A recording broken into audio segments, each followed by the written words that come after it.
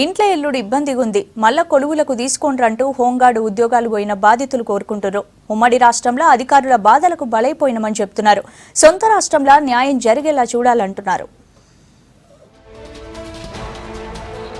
వివిధ కారణాలతోని హోంగార్డు కొలువు పోగొట్టుకున్న తమను మళ్ళా ఉద్యోగంలోకి తీసుకోవాలంటూరు బాధితులు.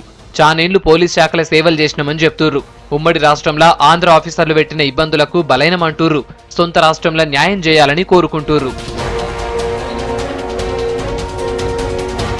ఆరోగ్యం బాగాలేక డ్యూటీకి పోకుంటే ఉద్యోగంలో నుంచి తీసేసిర్రని చెప్తుర్రు బాధితులు. ప్రభుత్వానికి విన్నపం చేసుకునేది ఏంటంటే మేమంతా హోంగార్డులము, మా ఉద్యోగ రీత్యా కానీ జీతాల రీత్యా కానీ మా తల్లిదండ్రుల అనారోగ్య రీత్యా కానీ కొన్ని రోజులు ఆబ్సెంట్ అయినాము.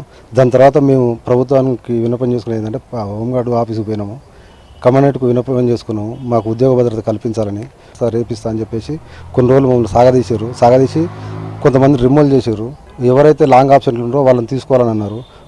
మేము కూడా లాంగ్ ఆబ్సెంట్ ఉన్నాం. మేము రోజు మాకు ఉద్యోగ భద్రత కావాలని రావడం వల్ల మమ్మల్ని రిమూవ్ చేశారు.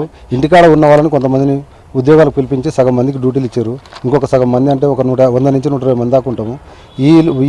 ఈ పబ్లిక్ మా హోంగార్డ్స్ ఈ 150 మందికి కూడా ఉద్యోగ భద్రత కల్పించాలని మన సీఎం గారిని కోరుకుంటున్నాం. శాంతి భద్రతలు, ట్రాఫిక్ బందోబస్తుకు రాత్రి పగలు మస్తు కష్టపడ్డామంటూరు. అప్పట్లో ఆఫీసర్లు ఇబ్బంది పెట్టుడుతోనే కొలువు మానుకోవాల్సి వచ్చిందంటూరు. హోంగార్డ్ జాబ్ మాకు గవర్నమెంట్ రావడం అనేది చాలా మంచిగా ఫీల్ అయినాం. 3 సంవత్సరాలు 4 సంవత్సరాలు డ్యూటీలు చేశాం. మాకు 3800 రూపాయల శాలరీతోని మేము 4 సంవత్సరాలు 5 సంవత్సరాలు డ్యూటీలు చేశాం. డ్యూటీలు చేసినా కానీ మేము పర్ఫెక్ట్గా సెలవులు పెట్టి, మా నాన్నగారు చనిపోయారని సెలవులు పెట్టి వచ్చి వెళ్ళిపోయాను. మళ్ళీ అప్పటి నుంచి తర్వాత గత 4 సంవత్సరాల నుంచి మళ్ళీ తిరుగుతూనే ఉన్నాను. ఎవరి దగ్గరికి పోయినా ఇవాళ అవుద్ది రేపు అవుద్ది అని అంటున్నారు, కానీ మమ్మల్ని పట్టించుకునే వాళ్ళు ఇంతవరకు లేరు.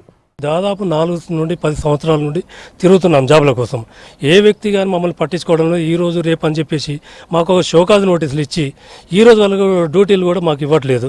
దాదాపు టేక్ ఆన్ డ్యూటీ స్టిల్, ఆ తర్వాత మళ్ళీ షోకాజ్ నోటీస్ ఇచ్చాక మళ్ళీ ఆ తర్వాత మేము దానికి ఎక్స్ప్లెనేషన్ కూడా రాసి ఇచ్చినా కూడా ఎవరు కూడా మమ్మల్ని పట్టించుకోవట్లేదు.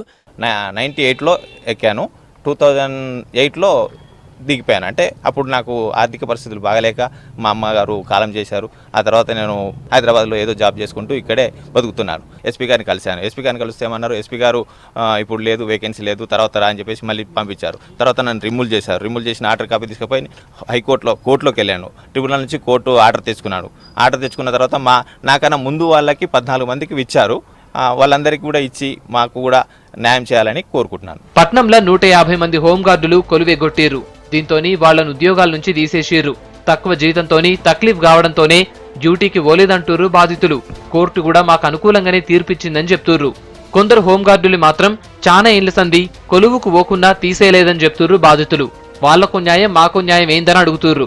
ఆఫీసర్ల చుట్టూ ఎన్నిసార్లు తిరిగినా కూడా పట్టించుకుంటలేరంటూరు. రోడ్డున పడ్డ తమను సర్కారే ఆదుకోవాలంటూర్రు బాధితులు.